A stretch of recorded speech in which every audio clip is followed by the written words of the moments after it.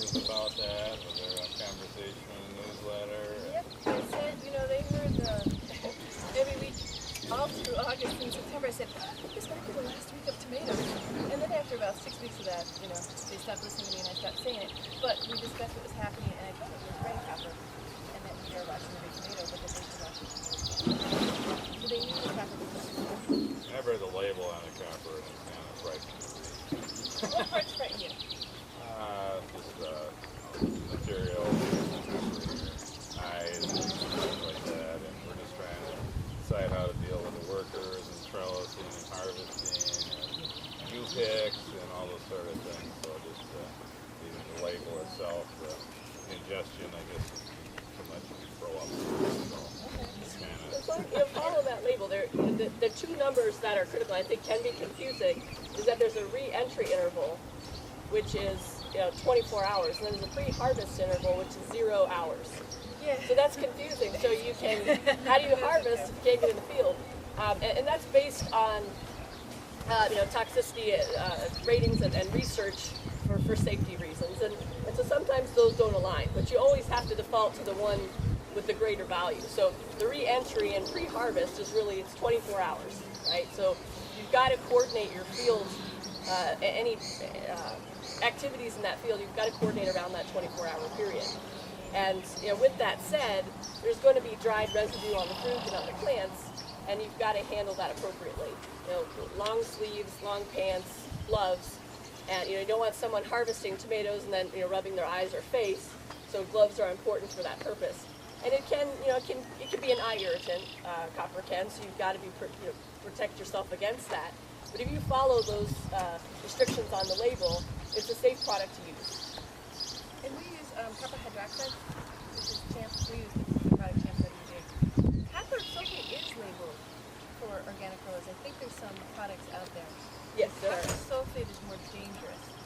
I mean, from what I've read, it goes through your skin, and the copper hydroxide does not go through your skin. And it sounded like it would cause more severe eye damage. Is this am I correct in this? It's the copper itself that's the active and would be the irritant. And so the formulation of it is I wouldn't see one as safer than the other. It depends on how much, because each product is a different percent AI, so there's different percents of copper in each of those products. So it could be that there's a copper sulfate label you were looking at that maybe had a higher AI. No, I read very clearly Okay. last year, comparing an article compared to, and it would go, copper sulfate would go through my skin and copper hydroxide to a much lesser degree. I read similar things about that the same Yeah, as it was products. Alex Worker Stone handling, put together your out of Oregon exposure. State. He did a and distributed that. I read it from Alex Stone's article that was circulating last summer. I read it a couple weeks ago somewhere. Okay. Yeah, so tell us how it went for you guys. Horribly, we lost all our outdoor tomatoes by the time we identified it as in everything, so we wiped them out. Okay. What about your potatoes? Well, they were near the potatoes, so once it was identified, and we're sheet potatoes, so the inspector was out there, as it turns out, the week of, and he said we were clean, but we killed all our potatoes anyways.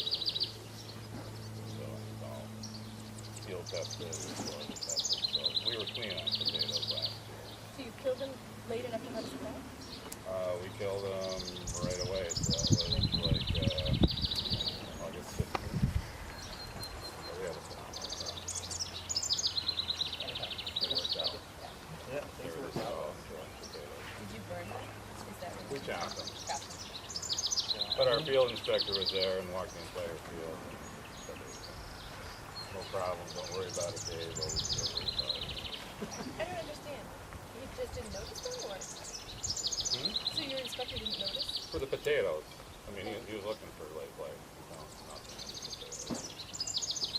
These guys, Okay. And when we rode our tomatoes, we just pulled them up on a hot, windy day and left them in place. There were suggestions of hauling them off, putting them in plastic bags, and these were over, Yeah. 1,000 or 1,500 plants. Impractical. So they just dried up in place and stopped sporulating probably within a few hours after we pulled them up. Once the leaves dried up, that they were apparently safe. Is that likely true? once the foliage is dead, the pathogen will shut down. Yeah. So See, Take long. they're not going to stop because there are a lot of lesions on the stems. It's taking a long time for the stems to dry down. The tomatoes certainly had them, and those take forever to rot. And so for a little while we were gathering tomatoes, burying them, but then we just gave up. So I think that there was a lot of spores being released from that field even after the foliage dried. But that's the vast majority of where the lesions did stop. you want to be careful not to bury the plant, because then, depending on how deep that is and what you're doing with that pile, you could allow the pathogen to overwinter and some of that plant to breed. We just opened it back up later on. I think the reasons that we got a crop were we found it really early. If it had spread through the entire field before we found it, we wouldn't have had a chance. And so, this year we're looking very closely. I would encourage everybody to watch the fields, every week and look for it. And that the weather was in our favor. How often do you spray the copper? We're doing it once a week, and then the issues that you guys raised, last year we tried to spray it every Friday night, because then nobody's in the field again until Monday morning to give it the longest interval. And if it rained, sometimes we dropped it down to 5 days. I think the label's 5 to 7 days is the recommended interval. But that's it. We don't use a sticker, because then we're going to have trouble getting the copper back off the tomatoes. There's an organically approved sticker out there, so we just don't use it. What does the plant look like if it's got the clay? Well, what I look for is you're looking at the leaves first, and they turn gray. It's a soft looking leaf because it's been humid, it'll be sporulating, look a little bit fuzzy. Rarely a yellow margin, almost never a yellow margin. Do you ever see any? It depends. If it gets hot and dry right after you get an infection, you'll see a halo around it, paler color. But I'd say that the symptoms you've described are most common. It's different than anything you've ever seen before. It looks almost greasy and kind of a wet wilt, a wet rot.